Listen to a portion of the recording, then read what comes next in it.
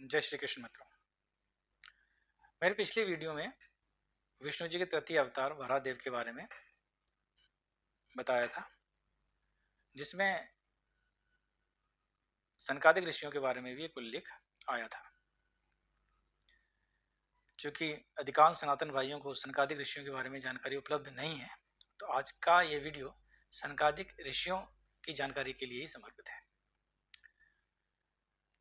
जैसा कि हमें ज्ञात है कि विष्णु जी के 10 अवतार हैं, परंतु पुराणों में विष्णु जी के 24 अवतारों का वर्णन किया गया है और उनके जो प्रथम अवतार हैं वो सनकादिक ऋषि ही हैं। ब्रह्मा जी की मानस संतान सनकादिक, जिनका नाम सनक, सनंदन, सनातन और सनत कुमार है। सृष्टि के विकास क्रम में सृष्टि के संयोजन हेतु ब्रह्मा जी को नियुक्त किया गया था, परंतु उनकी रुचि जब सृष्टि के विकास से हटने लगी तो उन्होंने भगवान विष्णु की उपासना शुरू की और अपने मन में विष्णु का ध्यान कर और सनकादिक ऋषियों की छवि को ध्यान कर उन्होंने भगवान से एक वरदान मांगा कि यह वरदान, हे भगवान, मुझे ऐसे मानस पुत्र अपने रूप में प्रदान करो जो मेरी सहायता सृष्टि के विकास क्रम में कर सके। भगवान विष्णु ने उनका यह प्रयोजन जान करके और उनके मन में जो प्रतिबिंब था सनकादिक ऋषियों का, वह जान करके उन्होंने उनको वरदान दिया और अपने रूप में पहला अवतरण देवलोक में लिया। जब इनका जन्म हुआ तो ये आकार में ज़्यादा बड़े नहीं थे और इनकी आयु 5 वर्ष तक सुनिश्चित थी, यानी 5 वर्ष की आयु के जितने बालक हुआ करते हैं उतने ही वो बढ़ते हैं, उससे ज़्यादा नहीं बढ़ते हैं। तो जब उनका अवतरण हुआ तो ब्रह्मा जी ने सनकादिक ऋषियों से कहा कि हे पितरों, जाओ और सृष्टि के विकास में सहायता प्रदान करो और उसे आगे ले जाओ, उन्हें आगे बढ़ाओ। तो सनकादिक मुनियों ने कहा, हे पिताश्री, क्षमा करें, हमारा अवतरण इस प्रयोजन हेतु नहीं हुआ है। हमारा कार्य सिर्फ भगवान विष्णु के भजन करना है और उनकी ख्याति को आगे ले आना है। जहाँ जहाँ उनका भजन होगा हम वहाँ वहाँ जाएंगे और हम तो वैसे ही वैराग्य धारण किए हुए हैं, हम तो वैसे ही ब्रह्मचर्य का पालन करने वाले हैं, हमसे ये नहीं हो पाएगा, हम ये नहीं कर पाएंगे। तो जहाँ जहाँ भगवान श्री हरि का भजन होता है वहाँ वहाँ सनकादिक मुनि चले जाते हैं। इसी प्रकार उन्होंने अपने भाई नारद मुनि को हरिद्वार के गंगा तट पर भगवत कथा सुनाई और वही भगवत कथा सुनकर के नारद मुनि ने अन्य ऋषि मुनियों को वह भगवत कथा सुनाई। परिणाम स्वरूप वहीं से भगवत कथा का आयोजन शुरू हुआ, भगवत कथा वहीं से शुरू हुई। चूंकि सनकादिक मुनि 5 वर्ष तक की आयु तक के ही बालक के समान थे, ऐसा उन्होंने भगवान से स्वयं वरदान मांगा था, यह कहकर के कि मनुष्य उम्र बढ़ने के साथ साथ उसमें अहंकार, द्वेष, घृणा, क्रोध ये सब आ जाता है और हम इससे परे रहना चाहते हैं, हम उसमें नहीं जाना चाहते हैं। इसलिए हमारा जो आयु है 5 वर्ष के बालक के समान ही रहे और बुद्धि भी हमारी वैसी ही रहे, क्योंकि 5 वर्ष तक की आयु के बालक के अंदर सीखने की क्षमता ज़्यादा होती है और ग्रहण करने की क्षमता ज़्यादा होती है, इसलिए हम उस आयु तक रहना चाहते हैं। भगवान ने उन्हें वरदान दिया। लिंग पुराण में उनकी आयु के संदर्भ में एक वर्णन भी दिया गया है। उसमें बताया गया है कि जब ब्रह्मा जी ने ये वेद लिखे, सामवेद, यजुर्वेद और ऋग्वेद। उस समय चौथा वेद अथर्ववेद अस्तित्व में नहीं था। तो इन 3 वेद को मान्यता केवल थी। ऋषि अथर्व के को जब यह पता चला कि चौथे वेद को मान्यता नहीं है, तो उनके पास जो ज्ञान था, जो उनके पास जानकारी उपलब्ध थी, उन्होंने उस जानकारी को संग्रहित करने के लिए वो देवों के देव महादेव के पास गए और उनसे विनती की, महाराज कि इस जो मेरे पास जानकारी है उसको भी वेद के रूप में मान्यता दी जाए। तो शंकर भगवान ने उनकी जब ये संपूर्ण जानकारी को सुना तो उसको संग्रहित किया, लिखित रूप में संग्रहित किया। अथर्वदेव लिखित रूप में संग्रहित करने के योग्य नहीं थे, क्योंकि वो कर नहीं सकते थे, उनको मौखिक रूप से सारा कुछ याद था। जब उसको अथर्व वेद को मान्यता, चौथे वेद के रूप में मान्यता प्राप्त हो गई, और यह बात जब दक्ष प्रजापति को पता चली तो वो बहुत क्रोधित हुए कि इस सृष्टि का जब संपूर्ण ज्ञान ब्रह्मा जी के द्वारा दिया जाना है तो फिर महादेव इसमें हस्तक्षेप क्यों कर रहे हैं। इसके लिए उन्होंने सनकादिक मुनियों को कहा कि महादेव ने ये जो चौथा वेद बना करके आपके पिताश्री ब्रह्मा जी का अपमान किया है और उनके बिना अनुमति के चौथे वेद को परमिशन दे दी है।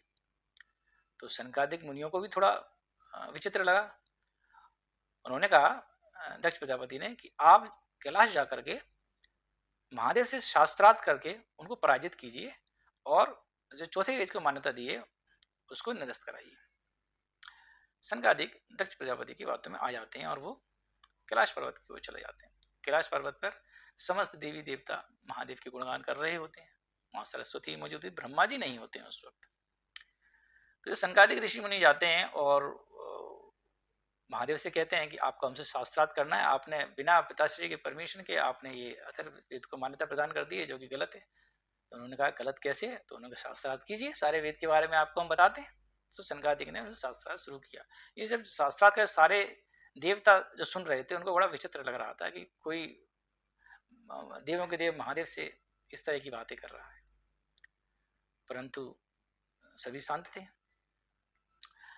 तो अंत में महादेव ने कहा कि जब ब्रह्मा जी के 4 मुख हो सकते हैं तो 4 वेद क्यों नहीं हो सकते हैं। ये जो चौथा वेद है वह भी ब्रह्मा जी के मुख से ही निकला है, उन्हीं के द्वारा संग्रहित है। यह बात आप लोगों को नहीं पता, लेकिन यह वेद उन्हीं के मुख से निकला हुआ है, इसलिए इसको मान्यता प्रदान की जाती है। जब यह बहस चल रही थी और ये बात उन्होंने कहा तो सनकादिक की मुनि भी इस बात से लेकर सहमत दिखे। इस बीच में ब्रह्मा जी को जब यह पता चला कि महादेव के साथ में शास्त्रार्थ हमारे सनकादिक ऋषि मुनि कर रहे हैं, वो दौड़े दौड़े आते हैं और वह कहते हैं कि महादेव जी जो कह रहे हैं वह पूर्ण सत्य कह रहे हैं। उन्हीं के आदेश से मेरे चौथे मुख से अथर्ववेद की उत्पत्ति हुई है, मैंने इसका संग्रहण किया है, इसलिए इसे मान्यता प्रदान की जाती है। ऐसा वाक्य सुनकर सनकादिक मुनि महादेव के चरणों में गिर जाते हैं और उनसे क्षमा याचना करते हैं कि हमसे त्रुटि हुई, हमसे एक गलती हो गई और हम बहकावे में आके हमने ऐसा कृत्य किया है, इसके लिए हम क्षमा याचना करते हैं। और वह क्षमा याचना करके वो वापस वहाँ से आ जाते हैं।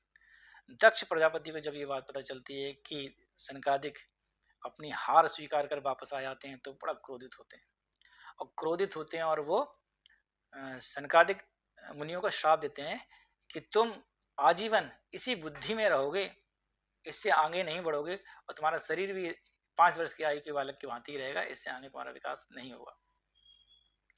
सनकादिक ने जब ये श्राप सुना तो उन्होंने इसे वरदान के रूप में ग्रहण कर लिया और उन्होंने कहा कि हम स्वयं भी इससे आगे बढ़ना ही चाहते हैं, क्योंकि इससे आगे तो अहंकार, घृणा, क्रोध, वात्सल्य ये सारी चीजें आ जाती हैं और हम इससे आगे बढ़ना नहीं चाहते। हम आपके श्राप को वरदान के रूप में स्वीकार करते हैं। तो ऐसे थे सनकादिक ऋषि।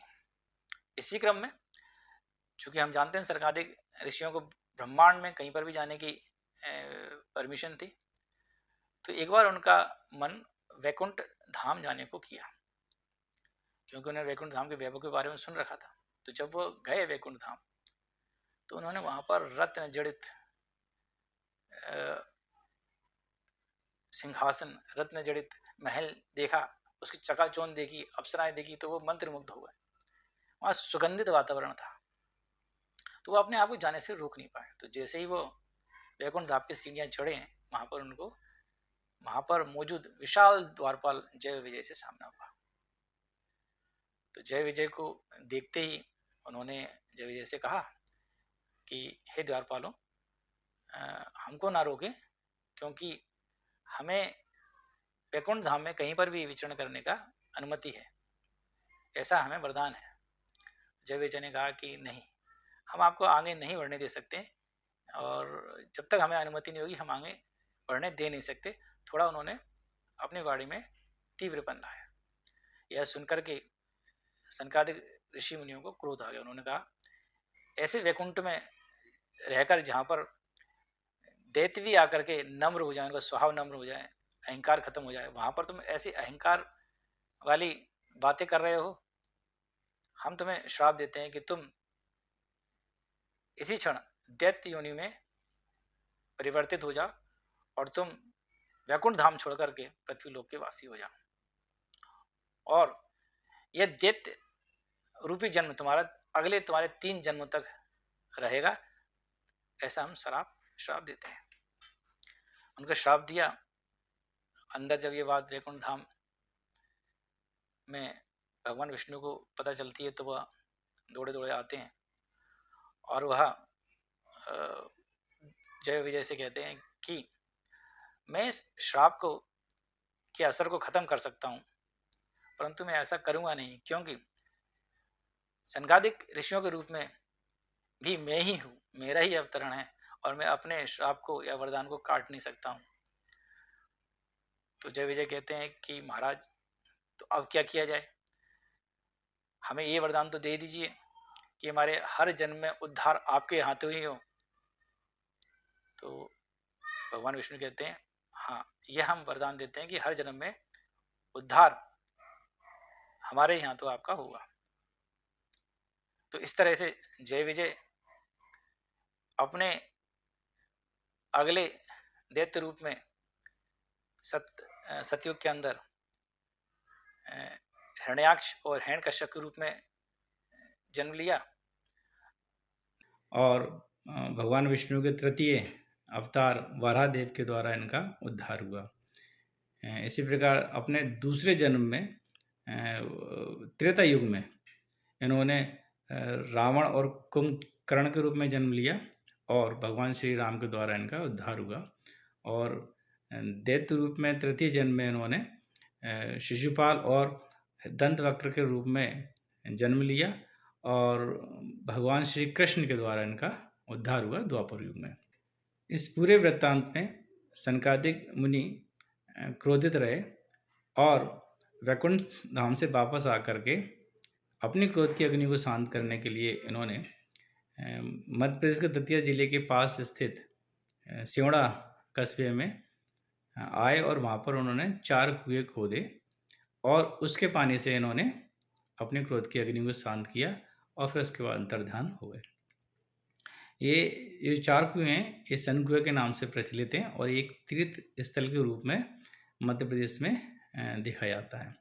जो भी कोई व्यक्ति ऐसा माना जाता है कि यहाँ के पानी से नहा लेता है, तो उसको मोक्ष की प्राप्ति होती है।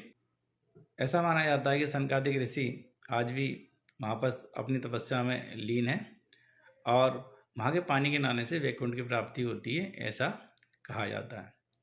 उम्मीद है आज का ये वीडियो आप सभी लोगों को पसंद आया होगा, और सनकादिक मुनि के बारे में आपको जानकारी अच्छी लगी होगी।